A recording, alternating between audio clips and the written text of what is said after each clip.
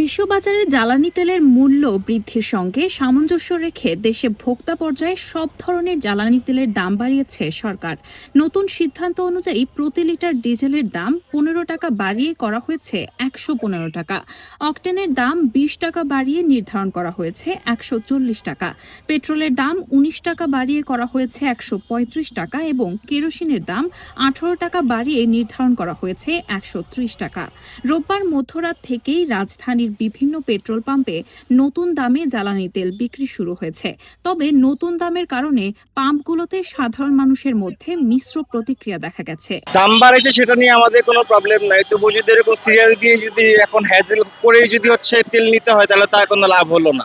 দাম নিয়ে কোনো সমস্যা নাই, কারণ এটা তো বিশ্ববাজারে দামটা বৃদ্ধি পাইছে, এখানেও মনে করেন বৃদ্ধি পাইতে পারে, এটা কোনো অসুবিধা নাই। কিন্তু এখনো তো সিরিয়াল তো কমতেছে না, এখানে যে সিন্ডিকেট বা কালোবাজারে যারা আছে ওগুলো তো এখনো কন্টিনিউয়াসলি হতেই আছে। সকাল 5টায় আসছি, মাত্র তেল পাইলাম 1200 টাকা দিয়েছে।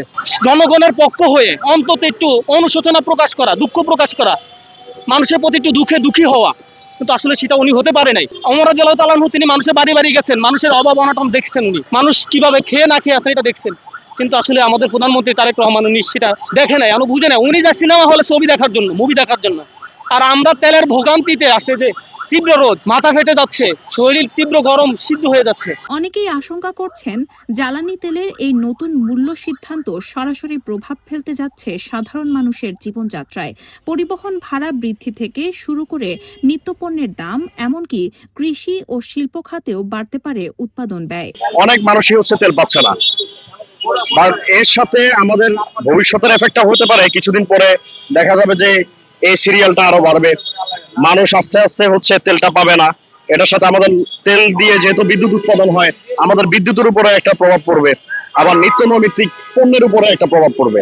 যেহেতু তেলের দাম বৃদ্ধির সাথে আমাদের ডলার আপ ডাউনের সম্পর্ক আছে, আমাদের কারেন্সি রেট বেড়ে যাবে, সেক্ষেত্রে আমাদের অনেক দাম দিয়ে তেল কিনতে হবে। আর এটার সাথে সামঞ্জস্য রেখে এভরিথিং আমাদের ভোগ্য পণ্যেরও দাম বাড়তে থাকবে, যেটা মানুষের জন্য এফোর্ড করা অনেক কষ্টসাধ্য হবে। এখন সবচেয়ে বড় প্রশ্ন, এই বাড়তি চাপ সামাল দিতে বাজার নিয়ন্ত্রণ ও জনস্বস্তি নিশ্চিত করতে সরকার কি কার্যকর পদক্ষেপ নেয়, সেটাই দেখার অপেক্ষা।